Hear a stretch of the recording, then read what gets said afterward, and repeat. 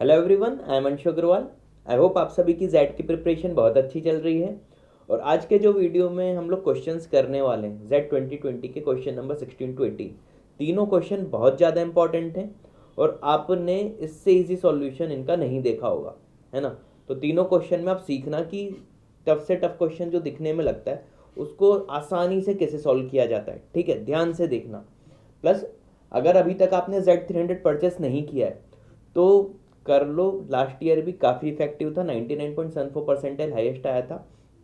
ठीक है, बहुत ज़्यादा इफेक्टिव कोर्स है। ठीक है, डिस्क्रिप्शन पे लिंक दी हुई है, वहाँ से आप परचेस कर लेना। पूरे 300 मोस्ट इंपॉर्टेंट क्वेश्चंस हैं और डिसीजन मेकिंग पूरा बहुत अच्छे से उसमें समझाया गया है। एक सेक्शन में आपके बहुत अच्छे परसेंटाइल आ जाएंगे और क्वांट में भी 2 सेक्शन पूरे अच्छे से कवर हैं उसमें। ठीक है, क्वांट प्लस डिसीजन मेकिंग। ठीक है, और अगर हाँ आपको हमारे वीडियोस में क्वेश्चंस ढूंढने में दिक्कत हो रही हो तो कैट, जैट, आईएफटी और सीमेट के प्रीवियस ईयर पूरे सॉल्यूशंस अवेलेबल हैं, क्वांट के और एलआरडीआई के भी इंपॉर्टेंट सेट्स। तो आपको एक छोटा सा काम करना है, स्पेलिंग पे ध्यान दीजिएगा। क्रिएटर्स 2206@gmail.com, इस पर आपको एक मेल करना है जिसमें क्या क्या इन्फॉर्मेशन होनी चाहिए। आपका name, age, city and name of your college and school. या आप भेजिए। विद इन 24 आवर्स आपको एक पीडीएफ मिलेगी जिसमें पूरी लिंक्स दी हुई हैं एक ही पीडीएफ में। तो आपको जो भी वीडियो देखना है बस उस लिंक पे क्लिक किया, वो वीडियो चालू हो जाएगा। तो आपको चैनल पे अलग से ढूंढना नहीं पड़ेगा। ठीक है, अब चालू करते हैं क्वेश्चन नंबर 16। पहले खुद से ट्राई करना, तभी आपको हमारा सॉल्यूशन बहुत ईजी लगेगा। मोहनलाल जो है प्रॉस्परस फार्मर है, स्क्वायर लैंड है, साइड 2 किलोमीटर की दी हुई है। एक ये स्क्वायर लैंड बना लेते हैं। ठीक है, ABCD 2 किलोमीटर है। पहले खुद से करना, उसके बाद ही सॉल्यूशन देखना मेरा। had decided to have some fun, he marks 2 distinct points on one of the diagonals, ठीक है, of the land using these points as center.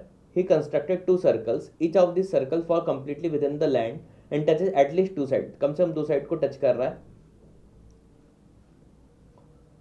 To his surprise, the radius of both circle are equal to 2/3। अच्छा, वो 2 था, ये 2/3। अगर side ए होगी फिर तो ये कितने के होंगे? A/3 के। अच्छा, 2 साइड को टच कर रहा है तो ये भी A/3। एक काम करता हूँ, इसे पार्ट्स में डिवाइड कर देता हूँ, A/3 में। ध्यान से देखना, कितना आसानी से समझा दूंगा। आपको एक क्वेश्चन लगेगा अरे ये तो इतना सिंपल था। तो ये 3 पार्ट्स हो गए A/3 के और ये A/3, है ना। इसे बना लेते हैं।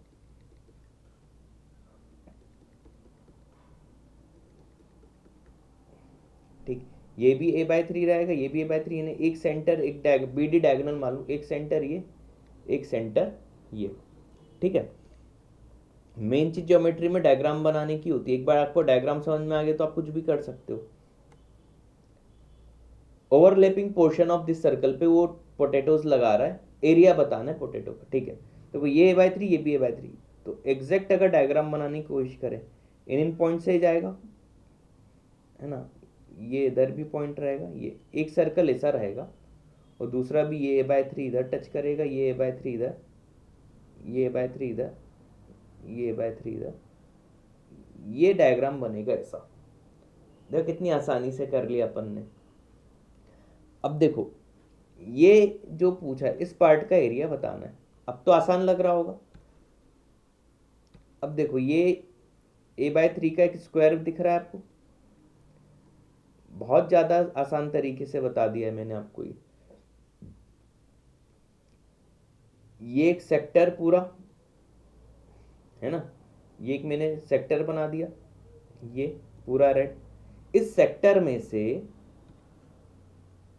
ध्यान से देखना, इस सेक्टर में से एक ट्रायंगल का एरिया माइनस कर दूंगा ये, तो मुझे कितने पार्ट का एरिया मिल जाएगा? ये, है ना। सेक्टर में से ट्रायंगल माइनस करना है। और ये सेक्टर की रेडियस क्या? A/3। तो देखो पाई R स्क्वायर यानी pi A square by 9 pi R square हो गया का 1/4, सेक्टर का एरिया आ गया का 1/4।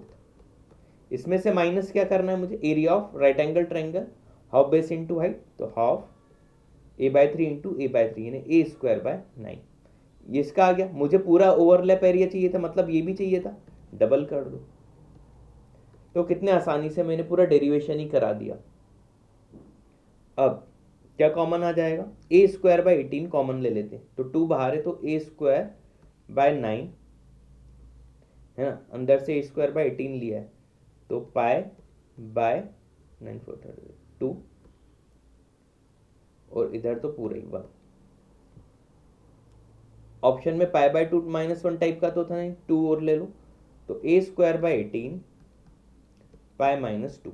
अब ए की जो भी वैल्यू, साइड क्या दी थी इन्होंने 2 की, ए की जगह 2 लिख देता हूँ, तो 2 का square 4/18, 4/18 means 2/9 into pi by -2, 2/9 into pi -2।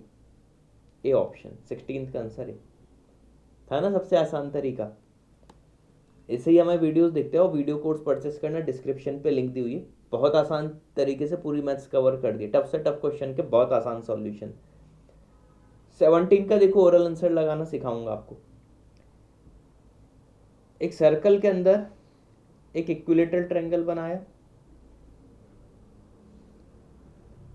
X Y Z, side तीनों की ए मान लेते हैं, इक्विलेटरल है तो। P is a point on arc y z, सड x and P opposite side, x अगर इधर है तो P कहीं नीचे साइड आएगा, ये कहीं भी P हो सकता है ना, ध्यान रखना। Which of the following must always be true, कौन सा ट्रू ही होगा, ठीक है। पहला XP is equal to YP plus PZ, YP plus PZ, ठीक है।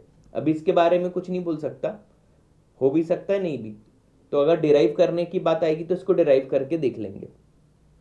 अब XP is equal to XY, XP is equal, XY तो A है और XP A होगा नहीं, ये देख के समझ में आ रहा है। बी ऑप्शन रिजेक्ट कर दो। देखो ऑप्शन से कैसे करते हैं, C option XP plus PZ, XP plus PZ is equal to XY plus YP। XY तो साइड हो गई और YP ये है PZ, अगर ये दोनों इक्वल हो गए तो XP, अगर इन दोनों को मैं इक्वल मान लेता तो ये पॉइंट वैसे ही गलत हो जाएगा, सी को भी रिजेक्ट कर दो। देखो ऑप्शन से कैसे एलिमिनेट किया जाता है। अब XZ प्लस YP, XZ तो एक साइड ही है और XY भी साइड है, अगर इन दोनों को मैं हटा दूं, साइड से साइड कैंसिल, तो ये क्या बोलना चाह रहा है, YP is equal to PZ। ये तो तभी हो पाएगा जब ये दोनों इक्वल होंगे, तो ये भी कंडीशन से नहीं, इसने कहा था ऑलवेज ट्रू, तो ये भी ऑलवेज ट्रू वाली कंडीशन में नहीं आया। अब XP is equal to XY plus YZ, XY plus YZ, double side के ये भी दिख रहा है कि नहीं होगा, तो ये भी नहीं हो सकता। अगर इसको मैं डायमीटर ले लूँ तो ही नहीं होगा, 2 है तो ये होगा नहीं, तो ये भी रिजेक्ट। तो सभी अगर रिजेक्ट हो गए तो आंसर क्या बचा, ऑप्शन ए। देखो बिना कुछ किए, मेहनत ही नहीं की, सॉल्व कर लिया, ठीक है। इसको अब डिराइव करने का कोई सेंस है नहीं, फिर भी करना हो तो हिंट दे देता हूँ। इसको आप डायमीटर मान लो, ये 60 डिग्री तो ये 30 डिग्री हो जाएगा क्योंकि वो डायमीटर है। XP की आप लेंथ निकाल लोगे पाइथागोरस या ट्रिग्नोमेट्री का यूज करके, YP भी निकाल लोगे, ये एंगल 30, YP आ जाएगा। अगर डायमीटर माने तो YP और PZ इक्वल होंगे, सॉल्व करके ये आंसर आ जाएगा, ऑप्शन ए, ठीक। ऐसे लगाते हैं एग्जाम में, तो Z इतना कोई टफ नहीं होता जितना हम समझते हैं। 18th का तो देखना कितना अच्छा सॉल्यूशन है, पहले खुद से ट्राई करना। A box contains 6 cricket balls, 5 tennis ball, 4 rubber balls, ठीक है।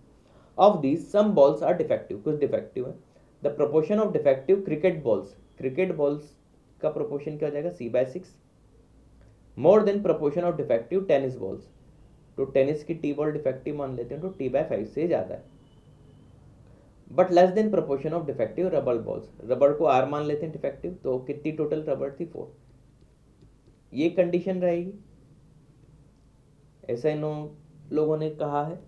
आगे, more over the overall proportion of defective balls, यानी ओवरऑल प्रोपोर्शन क्या हो जाएगा, R plus C plus T, total number of balls कितनी है, 15, twice the proportion of defective tennis balls, यानी 2T/5। सॉल्व कर लेते हैं, 15 इधर 3 से मल्टीप्लाई डिवाइड, तो R plus C is equal to 6 minus 1 5t। ठीक, अब देखो t की वैल्यू में क्या क्या ले सकता हूँ। t अगर मैं 1 लूंगा तो R प्लस सी क्या आ जाएगा 5, पॉसिबल है ना। R और C 5 ले सकते हैं, लेकिन टोटल अच्छा देखो पहले बता देता हूँ। t अगर मैं 2 ले लूँ तो R प्लस सी क्या हो जाएगा 10। ये पॉसिबल ही नहीं, क्योंकि फिर पूरी रबर और पूरी क्रिकेट की बॉल अगर मैं डिफेक्टिव ले लूँ तो प्रोपोर्शन वाली बात गड़बड़ हो जाएगी, सभी डिफेक्टिव हो जाएंगी, ये पॉसिबल है नहीं। तो t की वैल्यू 1 से ज़्यादा में ले नहीं सकता। चीज समझ में आ गई। तो t की वैल्यू सिर्फ क्या होगी 1। ठीक, ध्यान से रिवाइंड कर करके सुनते हैं ना, अगर कोई भी डाउट हो तो। t अगर 1 है तो R प्लस सी क्या होगा 5। अब इस प्रोपोर्शन को थोड़ा अच्छे से अगर मैं लिख लूँ, 60 LCM होगा तो 60 से मल्टीप्लाई कर दो तो ये क्या हो जाएगा 15R should be greater than 10C should be greater than 12T। अब t तो 1 है तो इधर 1, 12 से ये बड़ा होना चाहिए। और R प्लस सी क्या चाहिए मुझे 5, R प्लस सी क्या चाहिए 5। देखो R अगर मैं 1 लेता हूं तो C4 लेना पड़ेगा। R1 C4 पे ये 40 हो जाएगा, ये 15 और ये 40 गड़बड़ हो जाएगा, तो R1 और C4 नहीं ले सकता। R2 ले लेता हूं तो ये 30 और C3 लेना पड़ेगा, ये भी 30, ये भी पॉसिबल नहीं है, तो R2 और C3 भी नहीं ले सकता। R3 और C2 लेता हूँ। R3 ने 15 3 से 45, C2 10 2 से 20 पॉसिबल है, 12 से भी बड़ा है, तो R3 और C2 अभी तक पॉसिबल आया है। अब R4 लेता हूं, 15 4 जा 60, अब C1 लेना पड़ेगा, 10 1 जा 10, लेकिन 10 इज ग्रेटर देन 12 नहीं है, ये भी गलत हो गया। मतलब सिर्फ एक ही कंडीशन थी, R C और C2। अब जो पूछा है बता दो। What best can be said about the number of defective rubber balls? 3, exactly 3 option है। तो कितने आसानी से हो गया ये भी। ठीक है, तो उम्मीद है ये वीडियो भी पसंद आए होंगे। नेक्स्ट वीडियो में हम पूरी क्वांट कवर कर लेंगे Z2020 की। Thanks for watching this video. और हाँ, वीडियोस पसंद आ रहे हैं, चैनल को लाइक सब्सक्राइब और शेयर जरूर कीजिए। ठीक, थैंक यू।